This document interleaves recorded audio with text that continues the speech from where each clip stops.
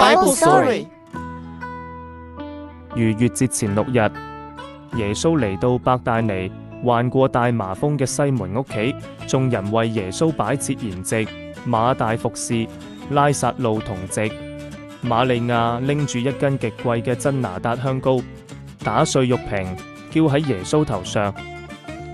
佢抹喺耶穌腳上，又用自己嘅頭髮去擦，屋企就充滿咗膏嘅香氣。門徒好唔高興，猶大話：點解咁枉費呢？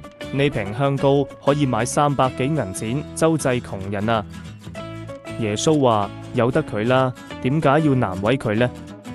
佢喺我身上做咗一件美事，佢係為我安葬之日留低嘅。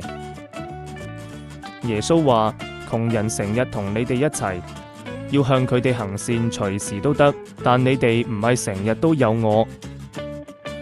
耶穌話：佢所做嘅，凡傳福音嘅地方，都要講述呢個女人所做嘅，以為紀念。